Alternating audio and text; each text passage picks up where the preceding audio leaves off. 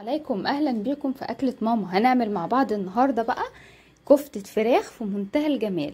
علشان اعمل كفتة الفراخ كده ناعمة وتبقى حلوة جدا معايا وطعمها لذيذ، انا محتاجة كيلو من صدور الفراخ مفروم ناعم جدا، مع نص كيلو من الرز مغسول كويس ومتنشف ومطحون، ممكن نشتريه مطحون عادي مفيش مشكلة. ومعايا بقى حزمة كبيرة كده محترمة من الكزبرة ومن الشبت، عايزة بقى اللون ونكهة كده جميلة جدا.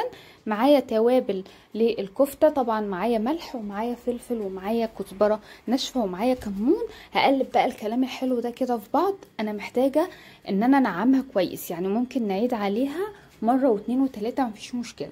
اهم حاجة ان العجينة بتاعتي تكون ناعمة جدا، محتاجاها ناعمة جدا ما فيش اي تكتلات. زي ما احنا شايفين النعومة بتاعتها باينة في الصوابع ازاي. هنصبعها طبعا الصوابع بالحجم اللي تحبوه، يعني انا عملت صوابع وسط لحد ما. شايفين بقى نعومة الصوابع ظاهرة ازاي، واللون الاخضر حلو جدا، مش غامق قوي ان هو يخليها لي لونها اسود، ومش بهتان، فدي يعني كمية كويسة كده. بعد ما خلصناها بقى وحمرناها، شايفين بقى الجمال بتاعها، الصوابع بتاعتها واللون اللي هي اخدته.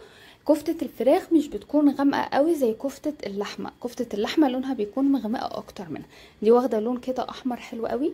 بعديها بقى هنعملها بصلصة مفيش مشكلة. انا عندي الولاد بيحبوا ياكلوها كده، يعني على ما بعمل الصلصة بيكونوا اكلوا نصها كده. فهنعملها بقى، نعمل لها صلصة، صلصة بصل عادية جدا.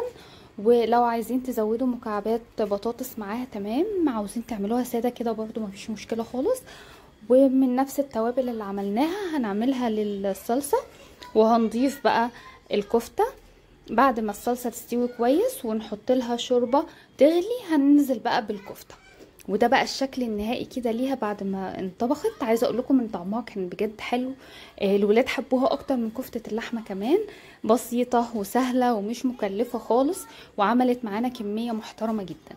اتمنى تكون الوصفة عجبتكم، ولو عجبتكم ما تبخلوش علينا باللايك والشير، ولو ما اشتركتوش يا ريت تشتركوا في القناة وتفعلوا زر الجرس عشان يوصل لكم كل جديد من اكلة ماما. بحبكم، سلام.